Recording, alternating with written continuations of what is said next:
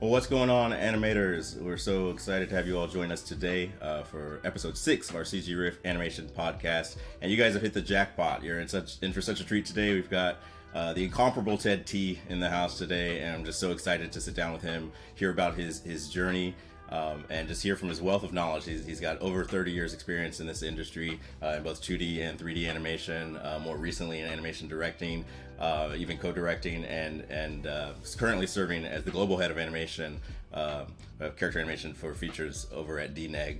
And so again, buckle up, you guys are in for a great episode today. Thank you so much, Ted, for being here. And yeah, let's get right into it. Yeah, thanks for having me. Excited, excited. There's a good podcast. I'm in good company with the people that you've had here already. Oh yeah, well I'm the pleasure is all mine. It's so nice to just sit down and hear from people's inspiring stories and all the different perspectives. It's just such a treat. So let's start at the beginning, right? How did you find your way into the animation industry? Is it something you always wanted to do, or tell us a little bit about your upbringing and how you found yourself to wanting to do animation? Yeah, no, I didn't want to do animation at all. It wasn't even on the radar. And I think it's weird. A lot of people that I've talked to, animation finds them and not the other way around, except for Sergio Pablo.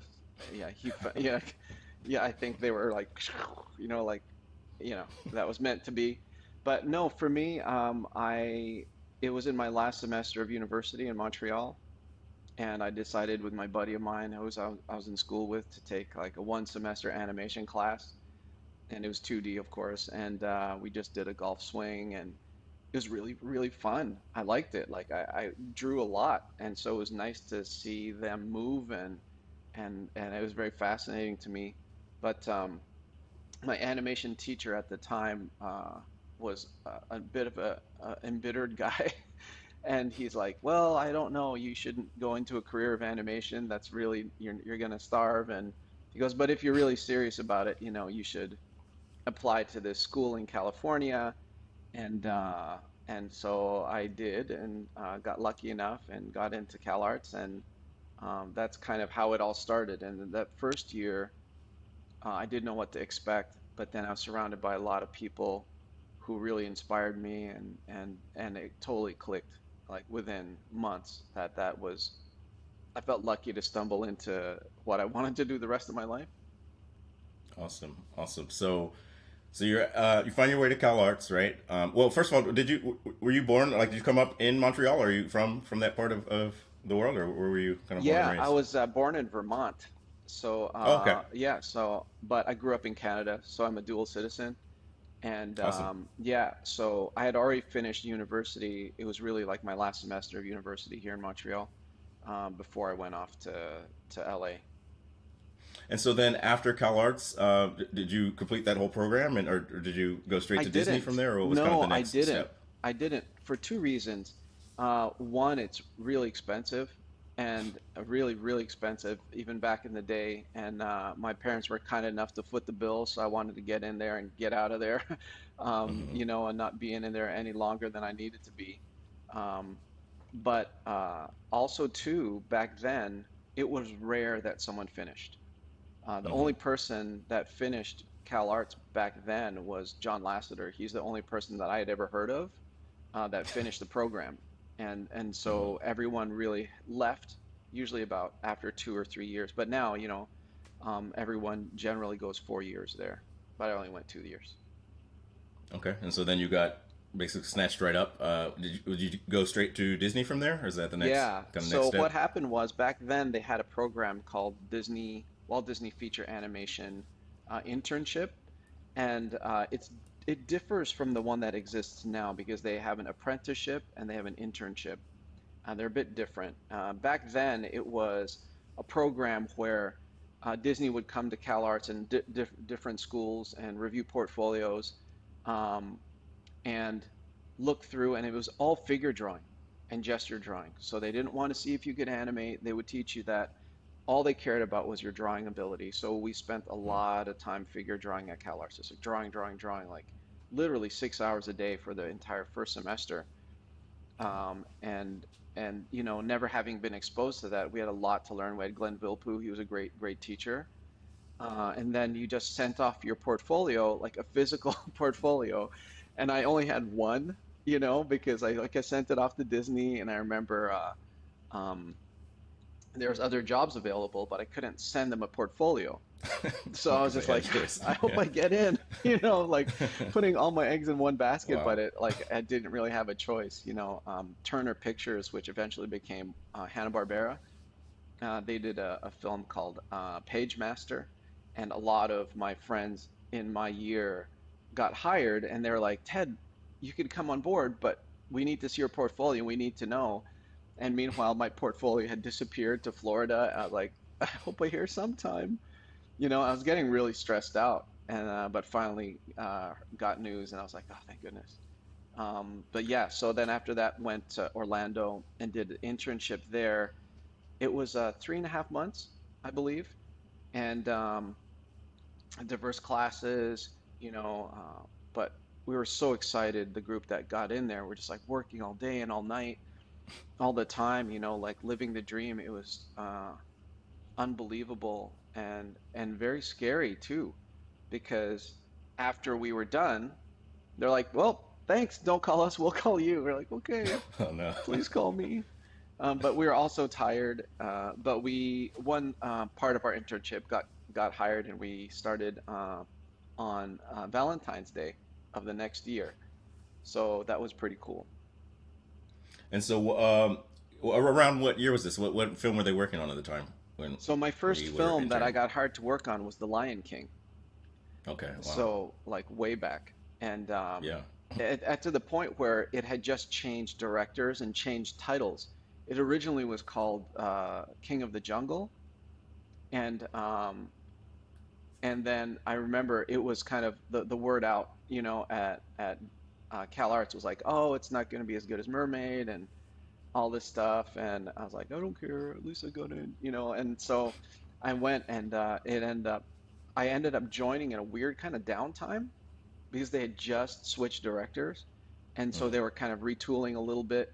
So I sat there like, and there was the building, infamously, if you've ever heard about the building, it was part of the animation tour at Disney Oh World. yeah. Yeah. And so, there's like the glass and people walking by, and initially it wasn't very soundproof, so you could hear the spiel from the speakers in the hallway, and the walls weren't very thick, so we sat below the glass. So there was like a wall beside us, and then they were up there. Um, but that's where it all started, and I was just an in-betweener on Lion King. That was my first movie. Awesome. Wow. Yeah.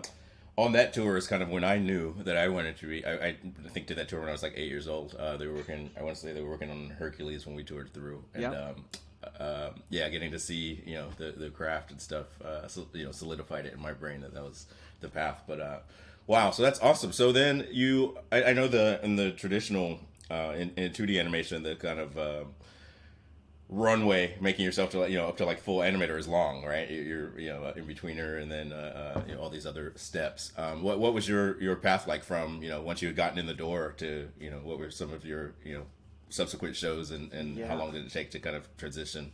Yeah. So I was at Disney for about 10 and a half years.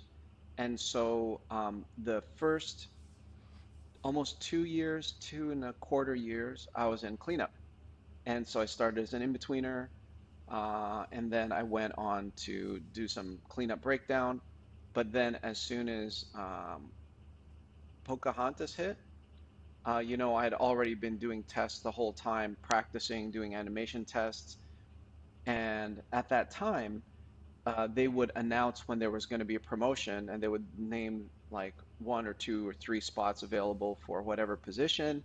And then we would apply, we'd put our reel in, and there's a review board, and they would decide. Um, and so I was doing a lot of tests. I think I did 13 tests in a year and a half on my own in my spare time after work. I Wow. just, I was so inspired, and you're around these great animators like Mark Henn every day. You're like, you're freaked out to like even walk by him. And then I remember uh, it was difficult because I didn't really know how that worked, right? You in California, it worked a bit differently. A lot of people a lot of animators were taken under the wing of an animator, but the history was a little different in Florida initially. And so I'm not sure how that went. And I remember there was a one big promotion around Pocahontas, and there was a lot of spots available.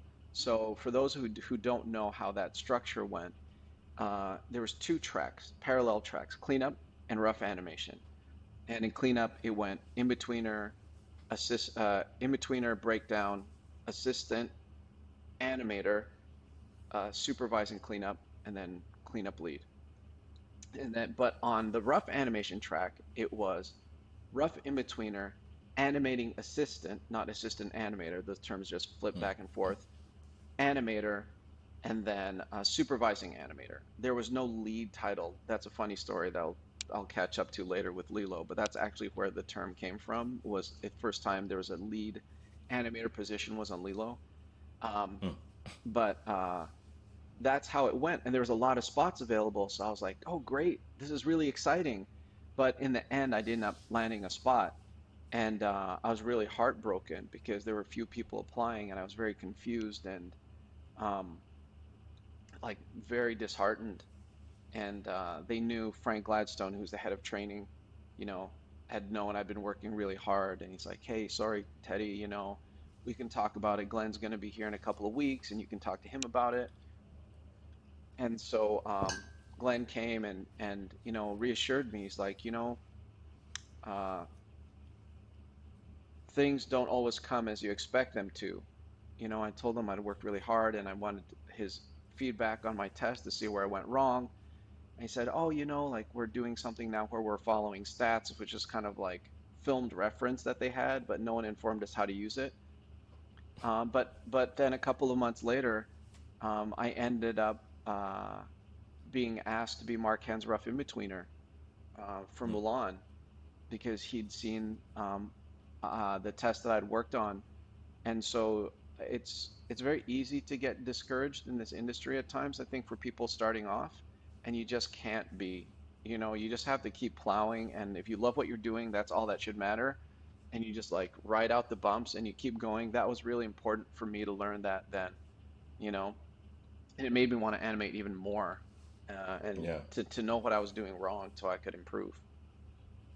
Wow, that's great. So for those of you who aren't as familiar with Ted T, you're also a prolific educator. You've been touching the careers of many people for many years, including my own. And I thank you for that. Who are some of you mentioned? Mark Hand. You mentioned Glenn Villepue, as well as Glenn Keane. I'm assuming. Who are some of your other mentors on your journey? Up to that point. Yeah, I can't claim that Glenn was one of my mentors. I think that's one of my big bucket list things I never got to do was to work directly with Glenn. But Mark Hen certainly is second place to Glenn in the sense that Mark, his ability his acting is so profound and gentle and entertaining and funny when he needs to be. So Mark primarily, I think in that 2D group, it was Mark, Ruben Aquino, who really was my supervising animator on Shang. He really taught me how to draw because Shang has no overlap. It's not squashy and stretchy. But Ruben, for those who don't know, Ruben Aquino is a legendary supervising animator at Walt Disney Feature Animation in the 2D days, and he's an impeccable draftsman. He went to he went to architecture school, I think, at Penn State, and so he never cheated drawings, and he really taught me to draw in perspective really well, and I really valued that. And he was great. He was great with me. He taught me so much. And then James Baxter. Um, James is the one that really encouraged me to push because James was in California, and once we had an exchange program where Ruben, James, and Mike Suri came over from the LA studio during Lion King, and they would work in our studio for a few weeks, and then they go back, like an exchange program. And I remember that's when James kind of really he'd seen what I've been doing. And he said, Ted, you should really try push for animation here. I go, I know, but there's like a pecking order. He's like, you should push. And he goes, If not, send me tapes in California and I'll help mentor you through. And I was like, you have to remember, I'm like, nobody. I'm nobody to him. And for him to offer that to me, I was really stunned. Um, it was really impactful to me. I was like, really? And I remember when Quasimodo design first came out and I saw them for Hunchback, I was like, oh my gosh, they're so beautiful. Like they're a Ferrari for animators, right? You could see how amazing it would be to animate. And I called them in LA. I'm like, oh, this is the coolest design. Congratulations. And I was watching the reels and there's this really cool scene in there. It's going to be amazing. It's so super nerdy, right? Like, I'm like, oh, I love animation, James. Thank you, you know. And then, but what happened was I got a pouch in the mail from California, and it included a cassette, exposure sheets, and a three-quarter tape of the cut. And James had hand read the dialogue from the section I described to him on exposure sheets and sent me the Hmm. sound so I could do a test with that dialogue. Yeah. I mean, I still remember him. I'm thankful to this day. Like that's what he did. Like he's more than just a brilliant, gifted genius of an animator, but he is also so encouraging of people in general and their ability level. And also Mike Surrey, that trip took the time out to sit with me, and he was like he saw me drawing at lunch, and I was practicing the mouths for, you know, like Frank Thomas and Ward Kimball drew these kind of figure eight mouths, and he sat down and he's like, "Oh, I've done those too. Let's draw." And just I'll always be thankful for the time out that they took to help me. I think that affected me wanting to help people as well. Yeah, yeah, that's such a great point. A lot of times I find when even when I'm talking to students and stuff, people are they're apprehensive. There's this pedestal, right, that you put people up on, right, and like you mentioned before, and you're kind of afraid to even kind of approach people. But in most of my experiences, people are so gracious with their time and with their wisdom, and they seriously just geek out about this stuff, and so they'll sit and talk with you for a long time. You've always been very gracious with your time, and I thank you for that, even today. And so, yeah, I think that's such a great point that finding people who are, or even when you are a nobody, who will see you and are willing to help you and kind of impart that knowledge is just so special, and you don't forget it. That plays such a part in your journey. So then from there, all right, now you're working with Mark Henn. In between, you said, I think, on Yeah, Mulan, right? yeah. So this is what, how many years in at this point you've been there? Probably I want to say three Handful of years, films. 3 years. Okay. Yeah, something like that. And so then, I know you said at Disney, you said, I guess, like 10 and a half years. Was that whole time at the Florida studio? Um, Correct. Yeah, in okay. Orlando. And so then what brought about, I guess, your transition, not only, I guess, is your next sort of step to DreamWorks, but also the jump to 3D animation. Were you involved in as Disney was pivoting and starting to move into 3D? Were you kind of, did you get caught up, I guess, in that, or what was the timing of all that? Well, the timing of all that was something that no one saw coming. And so after I got promoted to animator under Ruben for Mulan, and then I ended up getting my own character. I was assigned Captain Gantu on Lilo and Stitch, and then we worked on Brother Bear. So we worked on I think 6 features there or 5 features, and after that the studio was closed. And so what happened was we sensed this wave, unfortunately, of how budgets had overshot the profits of the company, and you know, being a corporation, they were dealing with Los Angeles, Orlando, Paris, and I think the labor laws in Paris are tough, and so they steered clear of that, and it left Florida clearly in the path of being the studio that had to be closed. And so like many of us, were saw the end of our Disney days, probably 6 months prior to the physical closing of the studio, and a lot of us were kind of lost, and it was so unexpected. You know, a lot of us intended to stay there our whole lives, and ask anyone at Blue Sky recently how they feel, and I think they can relate. In fact, twice over, because there's some ex-Florida animators from Disney that were at Blue Sky. Mm, They must have been having deja yeah. vu. But then so scrambled, put a reel together, and sent it out. And luckily, it was Sony and DreamWorks that replied. And DreamWorks like, hey, we'll bring you out here. Come on out, and we'll talk to you. And I went to SeaGraph and talked to JK and Marilyn Friedman, who was the recruiter at the time for me, and Deborah Blanchard, and yeah, eventually chose there. They were very gracious to me at Sony, but I wasn't prepared to get a paycheck for animation that I didn't fully have a grasp on. Like, I'm a character animator, and to work on something like Stuart Little would have been fine, but I think to work on um, Polar Express or Spider-Man would really been outside of what I knew and I that I could deliver on. So I declined with them, but they were very gracious over there with me too. So when you went to DreamWorks, I'm assuming obviously your whole portfolio and stuff was 2D animation. Were they was it for any of the 2D films? Was this Nope, around like Prince of Egypt time or any of that, or they were bringing on people straight into to straight in. CG? But what happened was, Aaron, it's very interesting. There was a tiny window where the demise of 2D was like written in stone, and everyone was like, only few 2D studios in the world were like closing, and everyone was heartbroken. But at DreamWorks, they were transitioning their 2D animators to CG. They just did a Mm, straight switch over. They did their training and they switched them over. And it was a little different at Disney because there was already a CG animation department. So at the time, there was a bit of friction between the 2D animators and the CG department initially.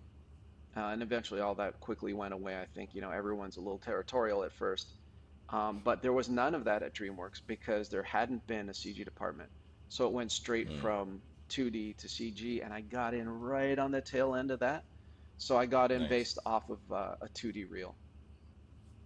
Awesome. Awesome. And so what was that? I mean, I gotta imagine, working that many years in 2D animation and then this like brand new thing, they're sitting you down at a box and a keyboard. What was that like for you? What was that like mental transition, and what was kind of the ramp up time of figuring out this very different thing? Yeah, some people transitioned really, really easily. I was not one of them. It was brutal, brutal. It made me question being in animation, to be honest. Like, it was so difficult, and no one had explained anything, like space switching, IK or FK, like none of that. I didn't know what any of it meant. I'd never seen a manipulator. I didn't know rotation. Translation is really scary. And I remember just playing catch up the whole time and taking advice wherever I could and asking people and writing notes and all the time. And I'd go over them every night, and I was trying to learn. And at the time, DreamWorks was working on multiple shows. So the first one I worked on was Shark Tale, which was Maya, and then there were other shows that were in Emo, their proprietary software. And so, I switched from Shark Tale to Madagascar, and that was Maya to Emo. And I remember even just entering the job environment for Madagascar. I'm like, huh, how come Maya doesn't work? And they're like, no, dum dum, that's an Emo. So I'm like, Not again. oh, great, great. That's fantastic. Actually, no, no, I have it backwards. I learned emo, and then and we went to Maya Mm, on Shark Tale. And so emo I was fairly comfortable with because my training was there. Then we switched over because they're like, Ted, you got to go to Shark Tale. And I'm like, sure. And then I couldn't make emo work. And I was like, oh, oh. great. Oh, great. So a lot of people think back and they're like, I hated Shark Tale. I'm like, I love Shark Tale. They didn't can me. Yeah, But you actually, survived. but you know what? I really was discouraged on that movie. And I was just like, I just kind of learned emo and now I'm into something new, Maya. And then I remember I saw a shot by an animator named Lena Anderson. And I remember it made me forget about like the buttons and hotkeys. And I was just like, oh, wow, that was a great shot. and it really inspired me, and it reminded me it was just the material, and it was just like 2D. And I think that literally was a defining mark where I'm like, wait a second, I'm just going to keep working hard. I'm going to get people's advice, and very people were very patient with me. But it took about longer than I wanted, like 2.5 years before I started to feel more comfortable. But it was really Lena's shots. It was one specific shot where I remember the Will Smith fish character came in. He was late for work into the whale wash, and she's sitting there and she adjusts his goggles and she says like, "There, handsome," and it was so honest. I was like, "Wow, that's a nice shot," and it made me. I'm like, "Okay, here we go. I got to jump in. I got this." But people really Yeah. were very, very helpful and very kind to me. Well, so I got to imagine at that time there were a lot of people kind of making that transition. So at least you kind of weren't alone in that, and having to tackle that beast. But no, that's really cool and good to hear. And I'm glad that that it worked out. Of course, that you survived Shark Tale and they kept you around. So Yeah, me so what too. were some of your other films at DreamWorks? Because you were there also. Was that also about 10 years or About so? 13 Oh, years. 13. And Wow. so, Okay. but the pace was a lot faster. So I think I worked on like Mm. 14 features there. Oh So wow. it's Okay. like Shark Tale, uh, Flushed Away, Over the I love Hedge. Flushed Away. Yeah, remember that one? Over the Yeah, it's Hedge, fun. Kung Fu Panda 1, tiny bit of Kung Fu Panda 2, Monsters versus Aliens, and Madagascar 1 and 2, uh, Penguins of Madagascar, How to Train Your Dragon 2. I think I'm forgetting one or two in there somewhere. But yeah, it was really diverse and it's great. It taught me a lot. And then we switched to Primo, that legendary software for How to Train Your Dragon 2. Yeah, I've heard nothing but good things Yeah, about Primo. it's Um, pretty good. yeah, yeah. That's what I keep hearing. Awesome. So that's wow. So I mean, at this point, you're 20 something years into your career already, Yep, right? So at what point? We crossed paths, I think, when you were still at yep. DreamWorks initially, I think. But what point in your career did you start teaching? When did the education component come in? Was that while you're still doing 2D, or at some point during your time at DreamWorks? No, you know what? I didn't, still to this day, I feel, I sit back and I'm like, oh, I've taught for like 15, 16 years, and I'm like, at what point did I decide I had the right to tell anyone like what worked or what didn't work? And I think that's always a weird concept for me in my head. I think I always saw it more like trying to save people time that I had to go through working. Hmm. If I could help them get there faster, I think I saw it a lot more like that.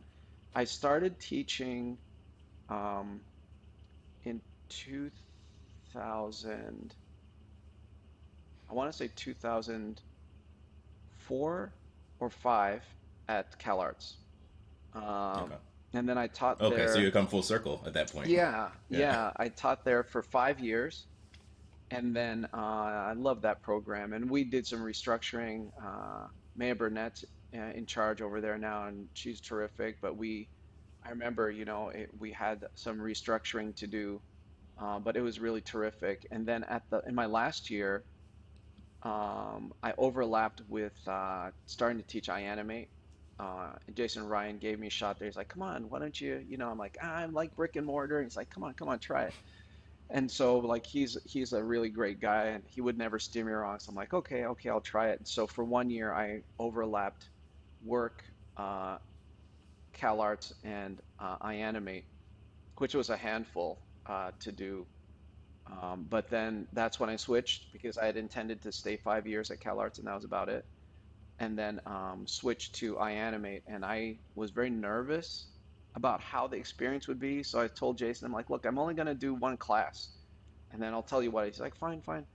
And it ended up being great. And honestly, I think iAnimate and teaching online was really the pathway for me, not only to um, help others, hopefully, but to kind of discover a lot more about myself and my perception of communication, um, of where you could be critical, how you how that could be communicated properly. I'm kind of known as very at the time, like tougher instructor, and I never kind of hold my opinion back because I think people who are going to take the time to be in class can take honest criticism, and I think that way they also know that praise is equally honest. I don't believe in padding someone's critique because, every person's different. Some people are more sensitive than others. But I think if you're honest in the end, regardless of their initial reaction to your critique, they'll realize that hopefully you have their best interest in mind. And I had animators in Europe taking my classes at 3 in the morning, so I don't really feel like it's my right to waste their time. And so I tried to always come prepared and um, constantly surprised and inspired by students' work where you're just like, dang, okay, like that's really awesome. And I'd be watching and still framing like your work and other people's work at night, going like, that's a great choice, or like it takes very little for a professional animator, I'm sure, like everyone watching this, any soup or lead, within 20 seconds whether someone's got the juice, and looking through it, it was really great. And ultimately, what made me really happy was that so many people in I animate, not just in my class, made it into the industry, and I get to work alongside them. I think I'm much more comfortable with that, But I believe that there's not enough to be critical. I think a lot of instructors that are out there now don't realize what a responsibility it really is, and that it should be taken quite seriously. Like someone who's trying to find their ways, paying like maybe like $2,000 to take a class, taking the time and really hinging on a lot of what they do on you because they're isolated and kind of like going on what you're saying and trusting you. So you can't say to someone you're a black belt because you want to be nice and send them out into the world and they get their butt kicked when they were really just a Yeah. yellow belt. And so I think that mattered to me a lot because Aaron, like you go into the industry, you're never really ready, but at least as ready as possible so you have a fighting chance, and like passing things on is just to help people get there sooner than I did. Yeah, yeah, that's great, and yeah, I appreciated your toughness, and I even model, yeah, some of my coaching around the same type of, like you say, don't waste people's time. Tell them how it is, that we're all adults, we can handle it, and it prepares you to be able to handle those, rough showings and dailies or whatever, right? Yeah, It's like it's not exactly. always going to go great. You got to be able to Yeah. get beat up on a little bit, and it's all in the spirit of making you better. Yeah, Um, if students can take your and my critiques, they'll be fine in dailies. Yeah.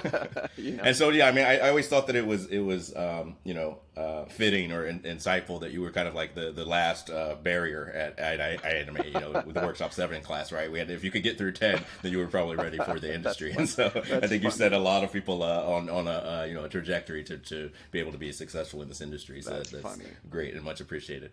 Awesome. So you're at DreamWorks for a number of years. I think you said Dragons 2 was your Yep. last show No, there. Penguins of Madagascar. Oh, Penguins. Okay. And so, what was the kind of the catalyst for your transition away from there, and I guess even away from California at that point, right? What was Yeah. that decision? So I grew up in Montreal, like I mentioned, and my parents lived here. I'm currently in Montreal, and my dad passed away in 2014. Actually, he Mm, initially got ill for a different reason, and then that kind of deviated and something else happened, and he passed away. And so, anyone who knows Montreal understands how inhospitable the winter is here. And to kind of leave my mom in Montreal, well, she's a tough cookie. She'd do fine on her own, but I really wanted to come back and really yeah. take care of her.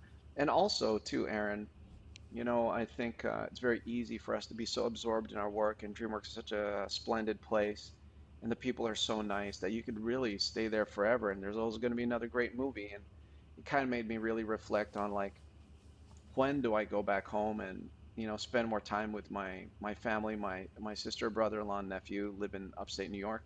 So I was like, it's time. It felt like the right thing to do. So DreamWorks was actually very nice because there's a union in LA, And if you Mm. breach contract, then it's going to cause trouble if you ever want to come back. So they graciously wrote me out of the contract properly. They had such attention to detail, and yeah, I can say nothing but great things about them. Awesome. And so then, you was that when you transitioned to L'Atelier? Was that the next Yeah, so the that's position a on that's a the funny story. Do you want to ballerina hear or about leap? that? Yeah, yeah, yeah. Let's So hear. this is hilarious. So I was coming back to Montreal and honestly had no idea. Like I hadn't landed a job. I was just like, okay, I got to go back. My dad passed, and I was like, okay, I got to go back this year. Got to finish Penguins, and then let's see what happens. And at the time, uh, a recruiter, well, you know David Hubert.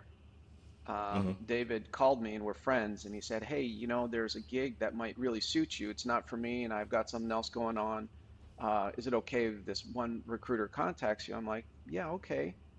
And someone reached out to me about going to see a small studio called L'Atelier Animation in Montreal, and I was going back for this is prior to everything going really bad with my dad. Actually, this was thinking back, he hadn't passed yet. It was just before, and I went back, and I figured if I'm going back, because my dad's illness made me think I'm going to go back to Montreal sometime, but I hadn't foreseen that year. And I went back, I went to the studio. They're very friendly. I'm like, I got to get used to trying this maybe, but I declined. I said, look, this is really isn't for me. Um, I'm still really happy at DreamWorks, and they're like, sure, sure. But then my dad passed, and then I remember I got a call from the recruiters again a few months later.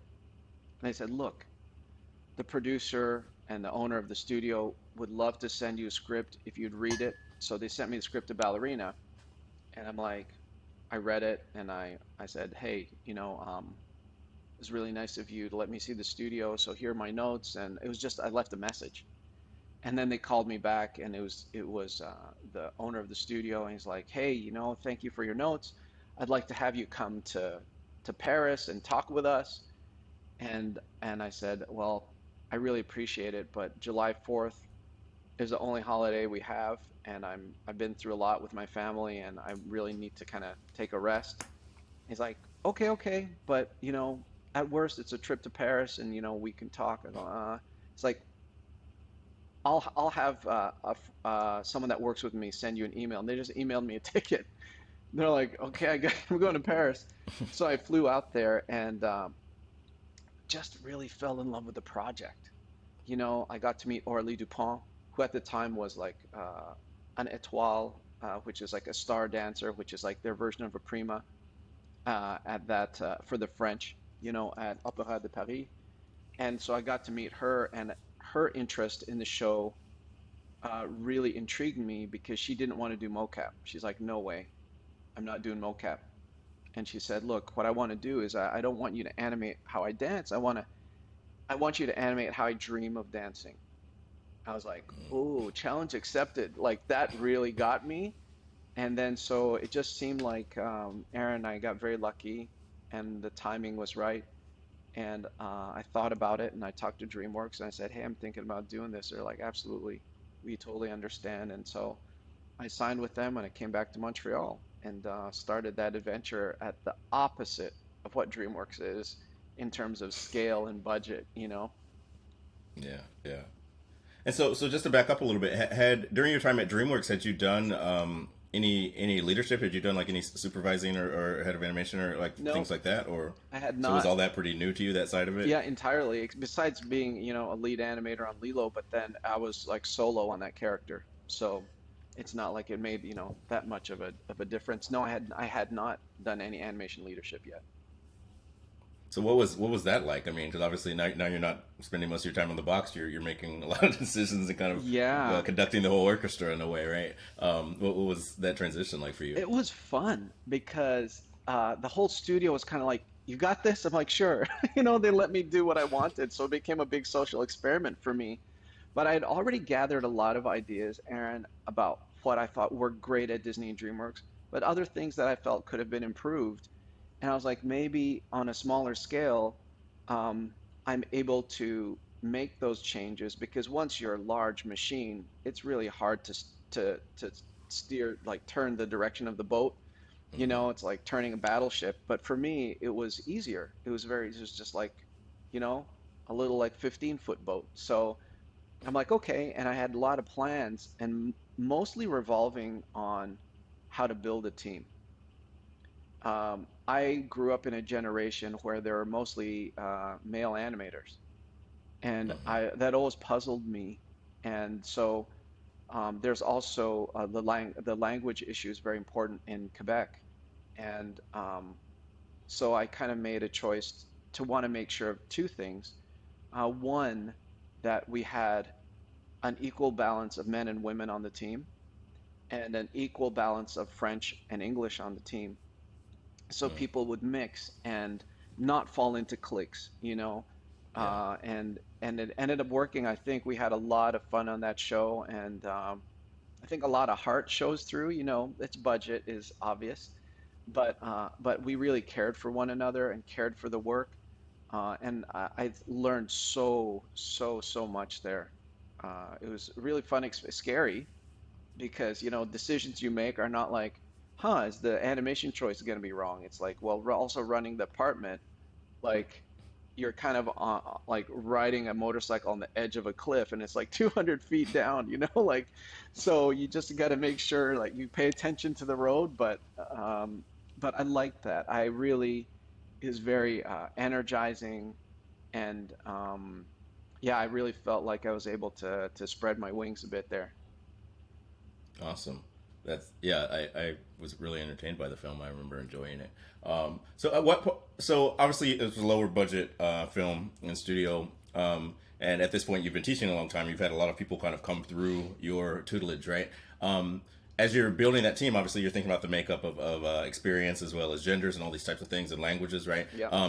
Were you able to give any, like some past students opportunities, or was it a lot of kind of newer animators, or is it kind of a mix of seasoned vets and newer people that you could afford, I guess, if Yeah, I'm honest, afford. right? Yeah, afford is the right word.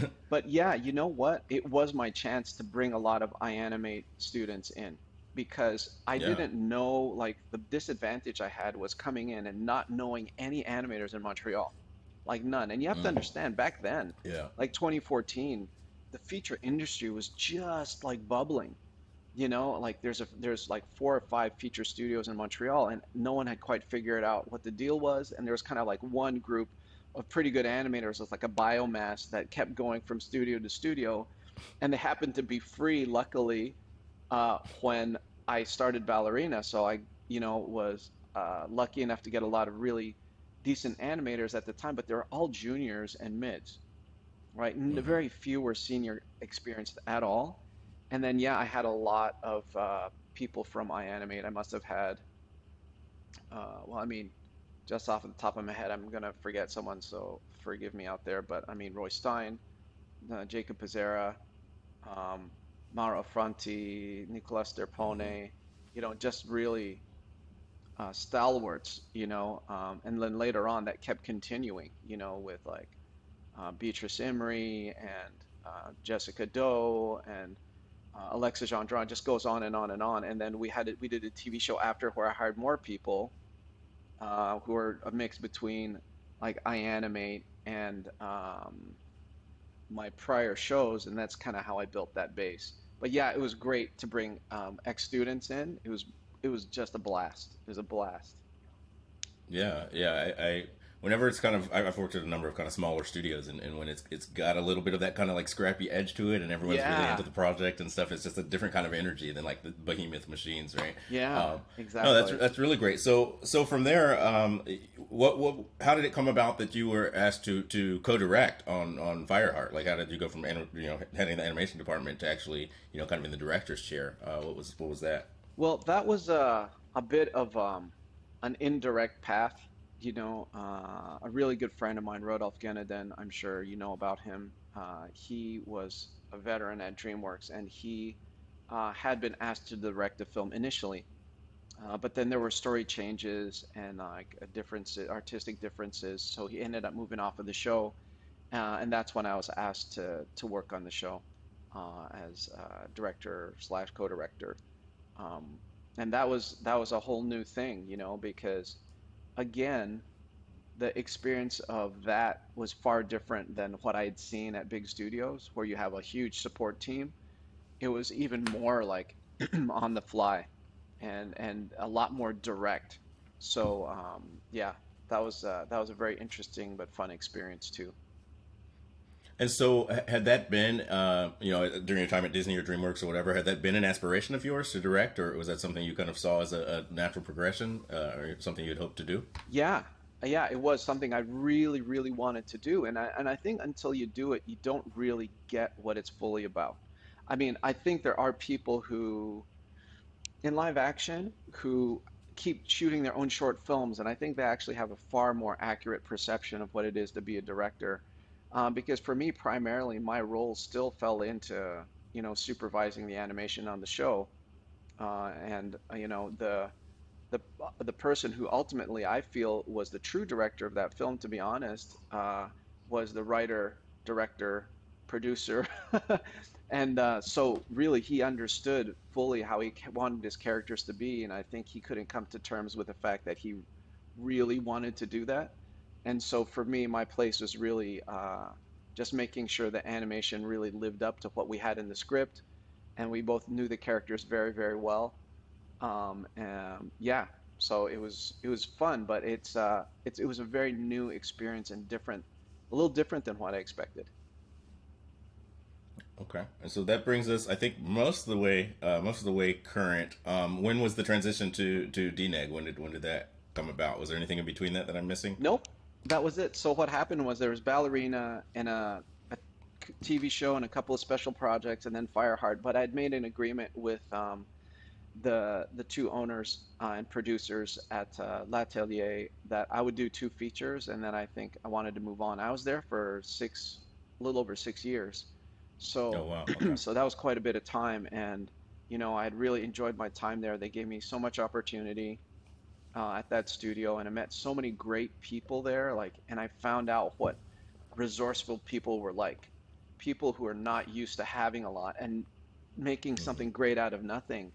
And I found also too, like with animators, they don't need to have all the bells and whistles. They sit down and they just get it done, and that was very, very informative for me.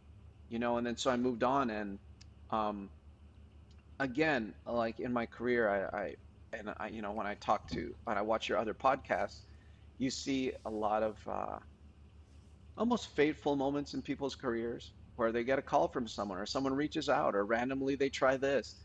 And my life has been thankfully paved with little moments like that.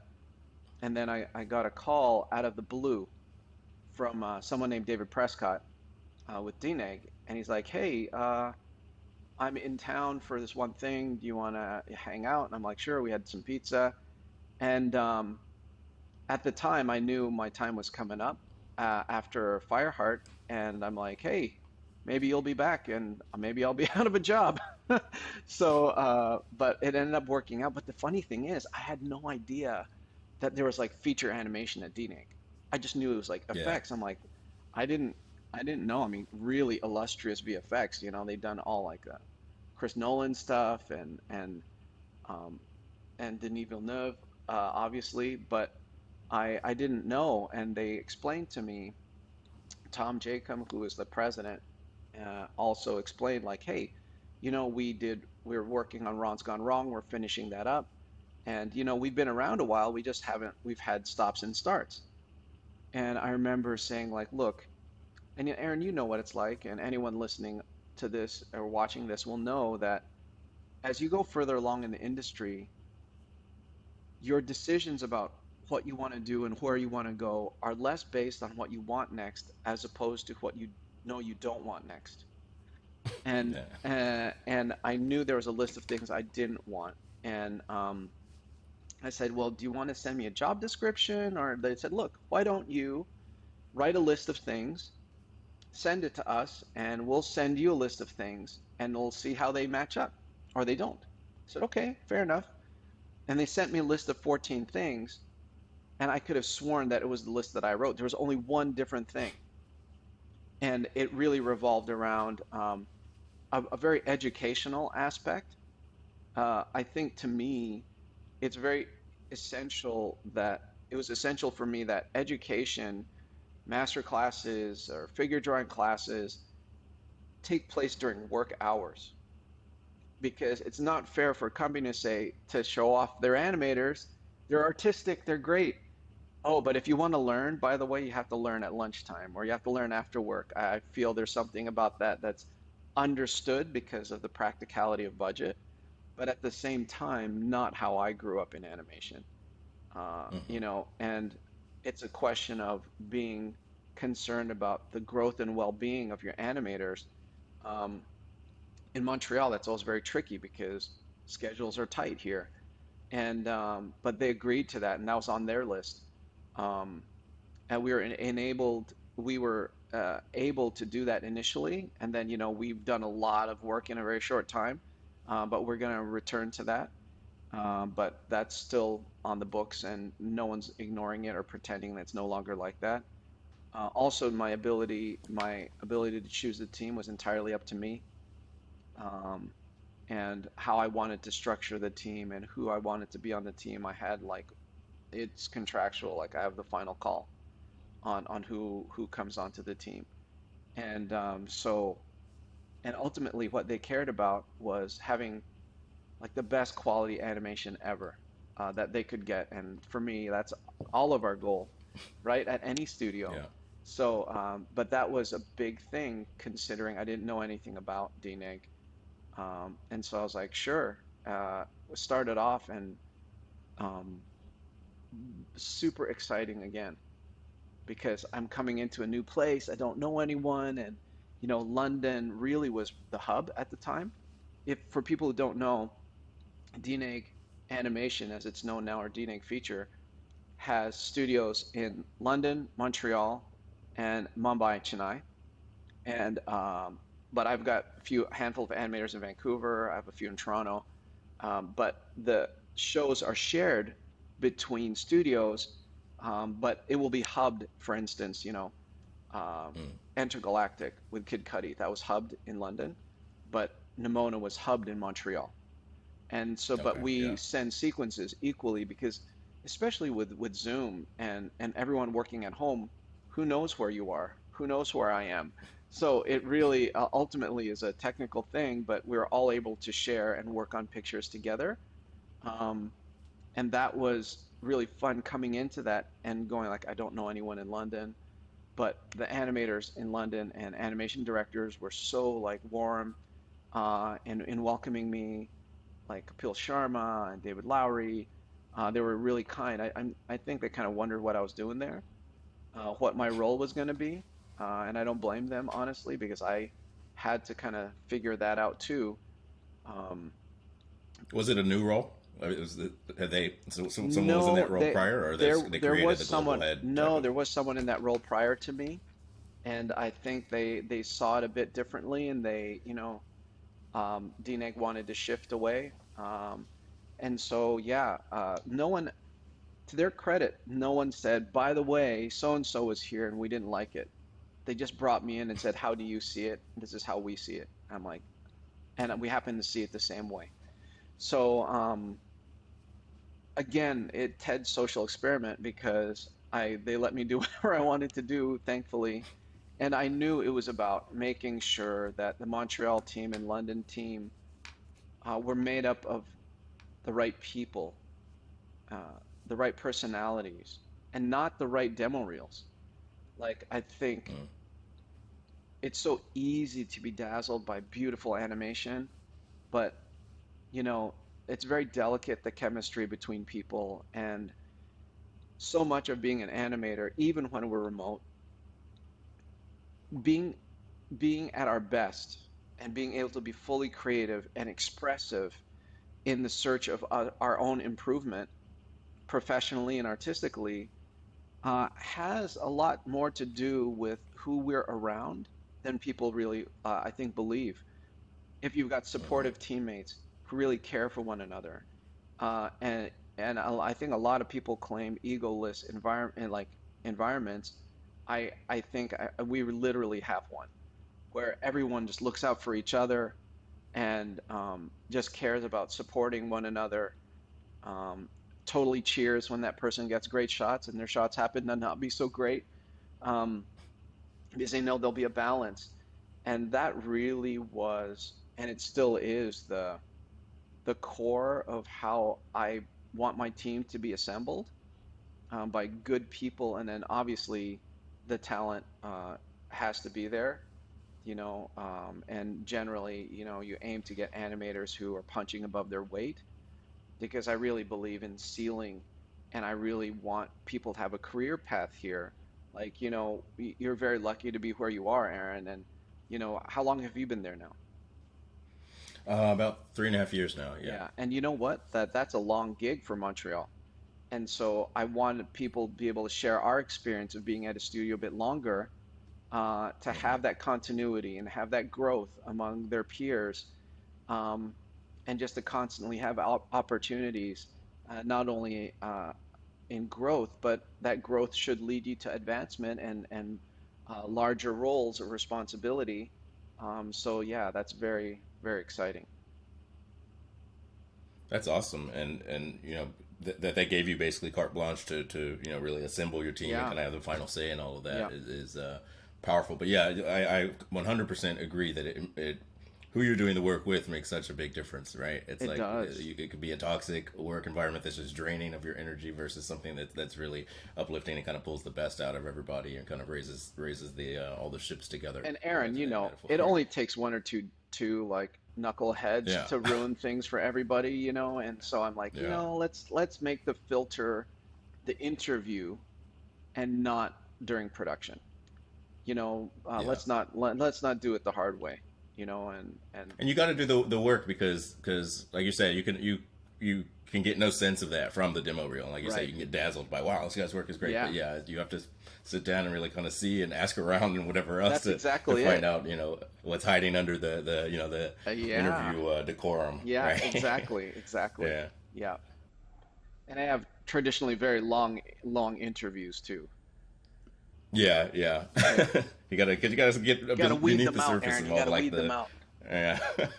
Yeah, I mean, that's its own skill, and yeah, I commend you on understanding the import of that.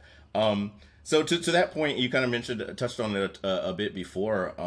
How do you identify when someone is ready for leadership? Like what types of things kind of tell you that someone's ready to sort of transition into a little more responsibility as it pertains to that? Yeah, that's a great question.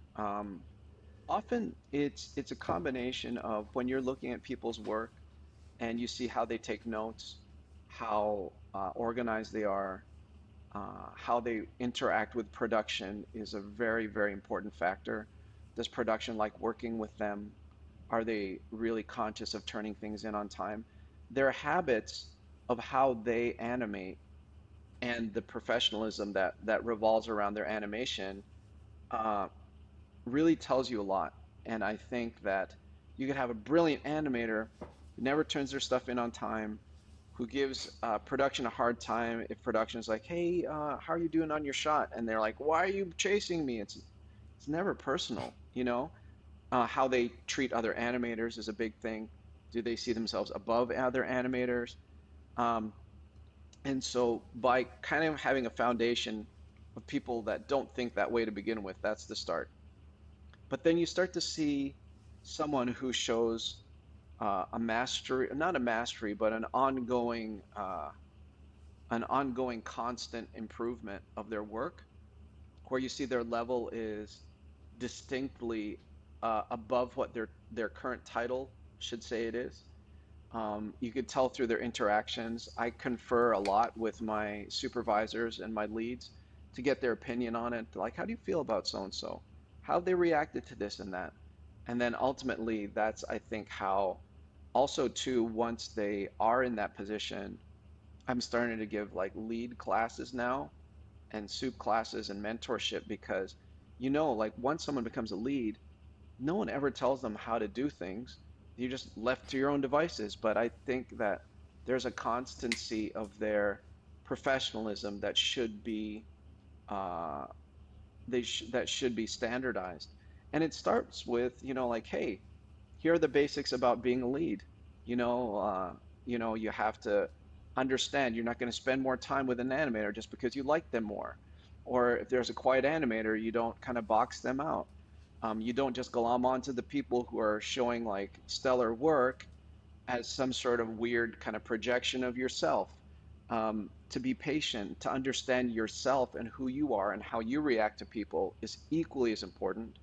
Um, the the the barrier between you and your animators that are your friends, like, and so there's a lot to it that I think leads are kind of like left on their own to figure out. So once we do, we also make sure that we just don't leave them stranded. We don't Yeah. leave them hanging and give them support and constantly like talk to them about, hey, this is totally normal if you feel this way. You're not going to make a perfect call in every shot you critique, and all of the pressures you feel initially as a lead, and then all the way up to animation director. I feel it's really important for me to be able to provide mentorship because animation director is usually top of the heap, but who do you turn to about like the bigger picture of having a huge team or how you work bids and things like that. So um, trying out everything, Aaron, to help out. Yeah, that's great to have that dynamic of just constant learning Yeah. and not leaving anybody high and dry, Hmm. right? Because every time Hmm. you do take that step up, it's like, yeah, now what do I do? Yeah, So exactly. that's awesome. And I'm sure your time, as an educator, plays into that and those, understanding those nuances. So, without getting you in trouble at all, what can you tell us? Even if it's just to plug it, where can we watch it, etc. What can you tell us about Nimona? You know what? Nimona came to us again through one of those things where all I can say is how I felt about it. Um, they sent me the reels on like a Wednesday, and I didn't have time to watch it. I tried to watch it on the Friday night, was too tired, and I watched it on a Saturday, I remember, and I couldn't turn it off. I kept thinking about it and thinking about it. Such a beautiful story, so powerful, and the writing was great, Aaron. And that's the thing, right? In feature, there's so many great stories, but elevated writing is not something that's super common. And a lot of times, animation tries to fill in the gap where writing could be stronger, and then there's a lot of overacting or overselling a moment, and it removes the audience because as animators, we try and like compensate by doing fancier animation or making it more visible and noticeable.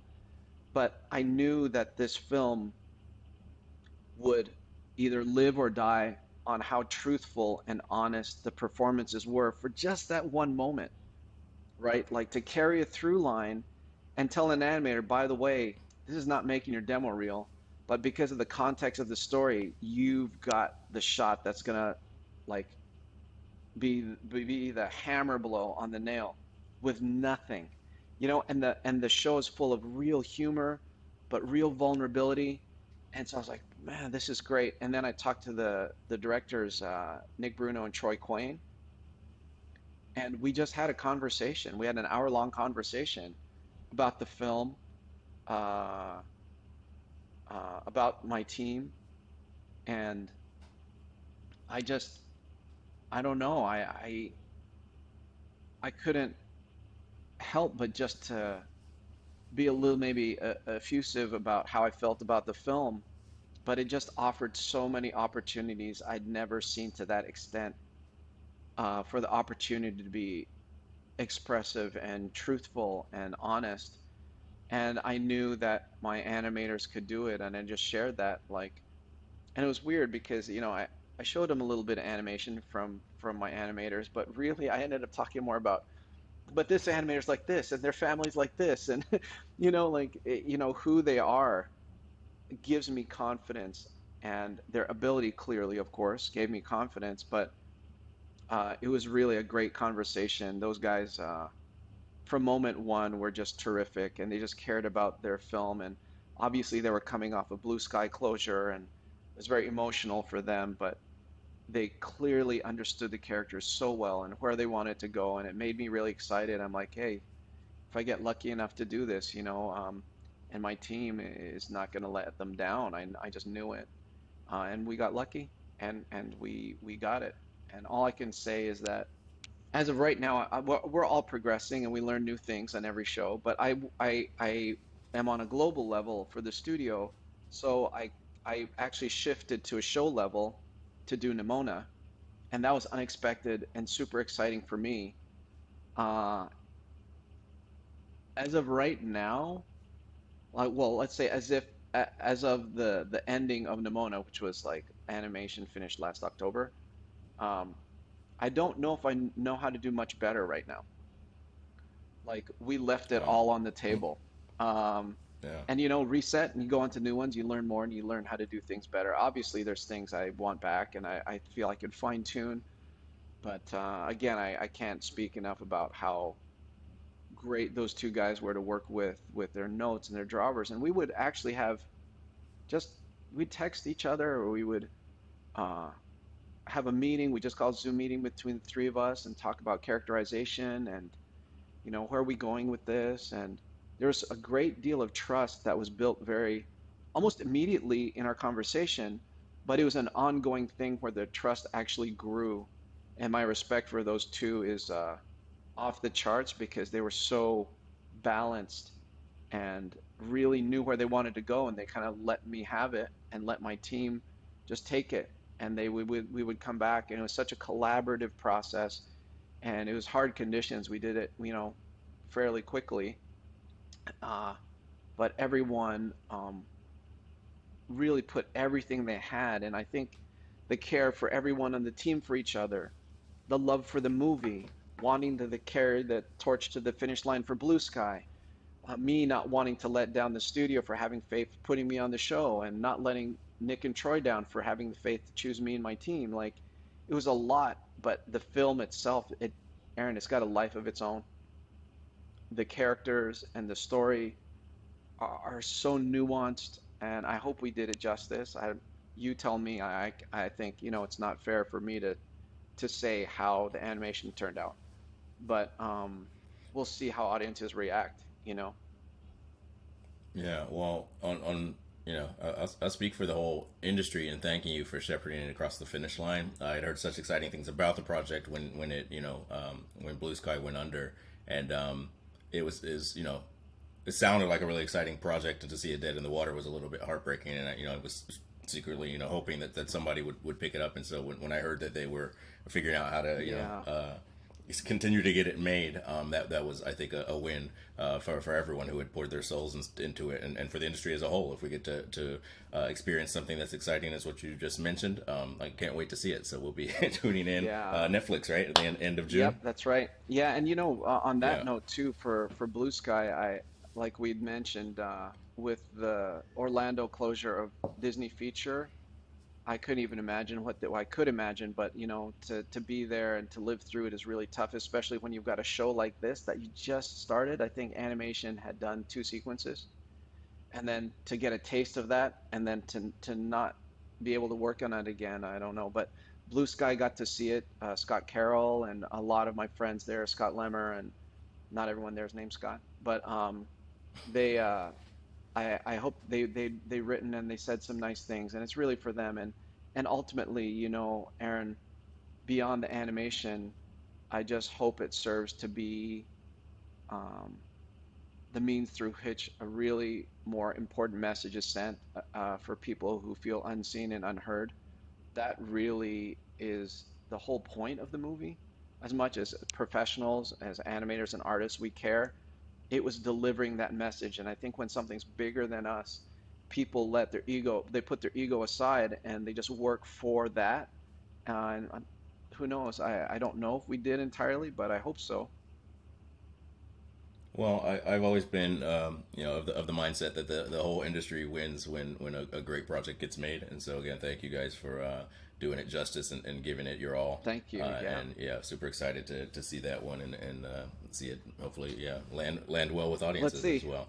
All right, as we're wrapping up our time together, in the interest of time, I just had a couple kind of closing thoughts or questions for you. Sure. You kind of touched on it before because you said you didn't originally, animation wasn't originally on your radar as a career Yeah. path. What if you hadn't done 30 years now looking backwards, if you hadn't had this illustrious animation and education Or career, in what or other infamous, what or infamous rather than what other illustrious. types of things could you see yourself having done or enjoyed doing with your life? I think I probably, my dad was a brilliant surgeon, but I just didn't have the Mm, smarts.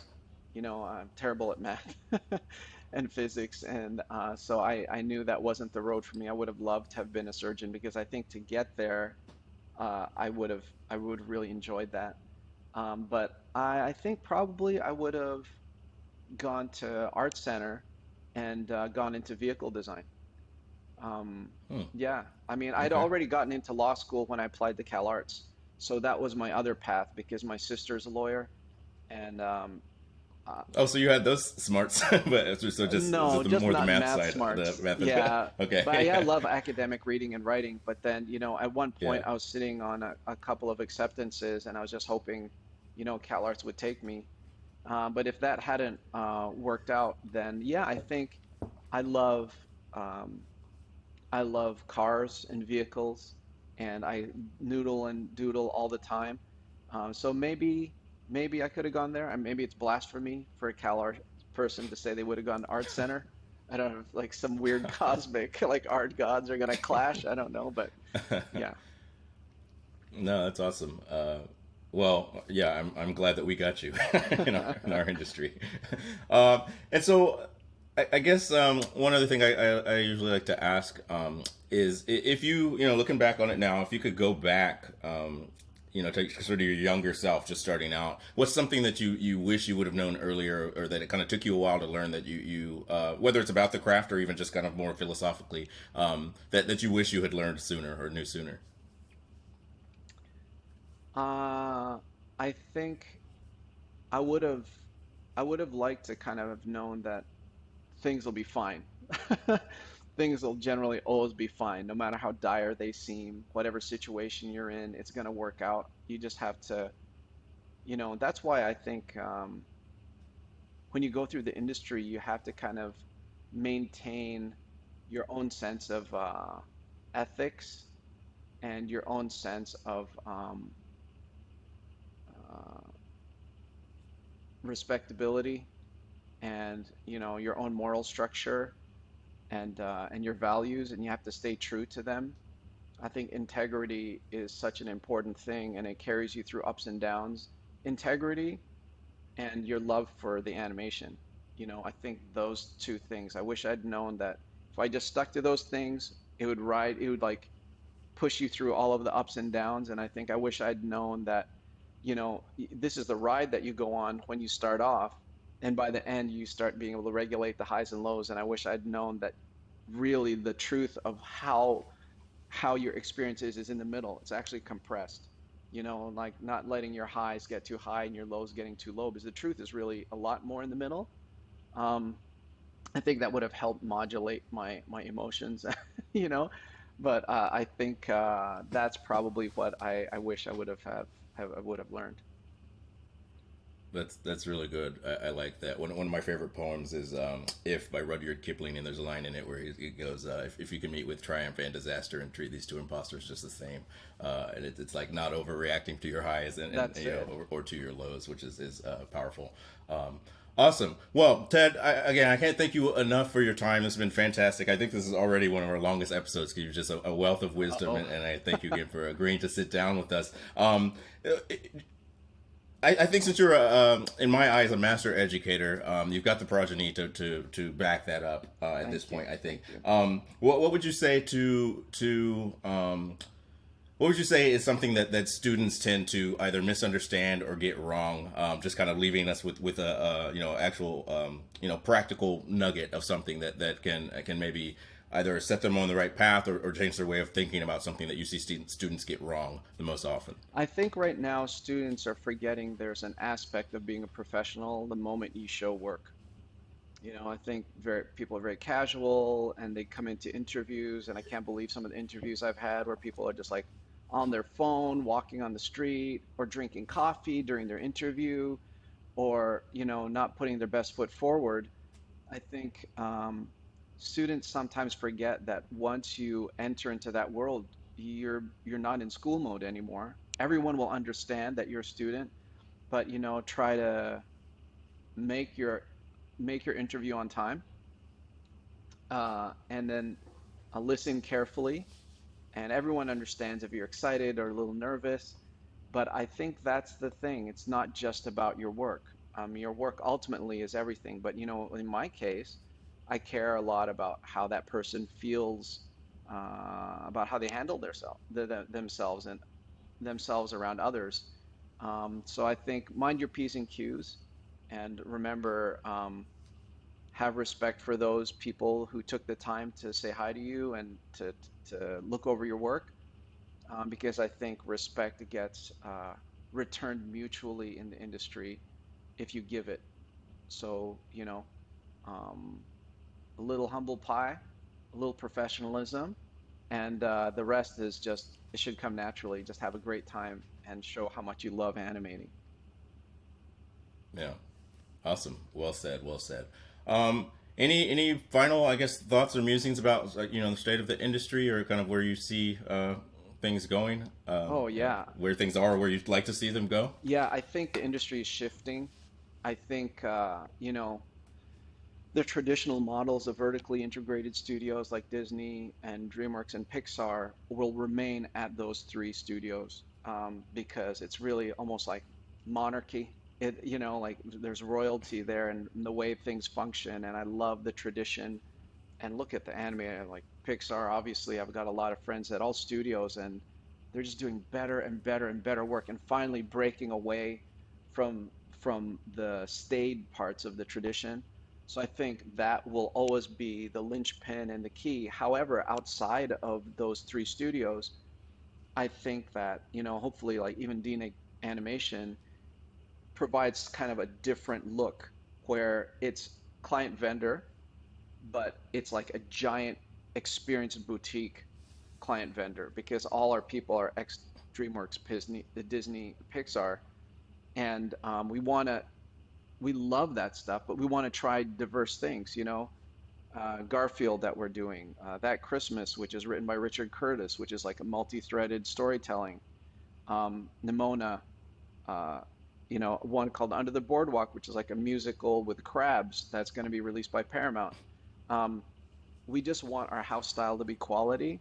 And I think that's kind of changing, because I know animators advance and they want to try diverse styles. They just want to stick with one style. So I think that's kind of how it's shifting a bit. I like how that's going, but I think like both have to coexist, you know? Yeah, Yeah. and don't mention AI to me, because it's not going to be a pretty answer. I don't think we have the time. That would have to be a whole follow-up Yeah. sequel episode. Okay, well, again, thank you so much, Ted. This has been fantastic. Like I say, it's my pleasure to My sit and do pleasure. these. Thank It's like you. I kind of secretly do them like just for myself, because it's great to pick your brain for this long. But yeah, thank you for being generous with your time and your wisdom and your knowledge. It's just always such a treat Uh, just to sit at your feet and learn things. Thank you. No, you're It's not at my feet, and thank you for letting me letting me ramble. Yeah, yeah. Again, it's just a treat, and I really think the listeners are going to enjoy this episode, even though we ran a little long, and I think that's just a testament to how much knowledge and wisdom 30 years doesn't compress Cool. I hope everyone down likes into it. under an hour. I hope everyone likes it. But thank you, and again, thank you to all you listeners for tuning in, and we'll see you here next time on CG Riff. Bye.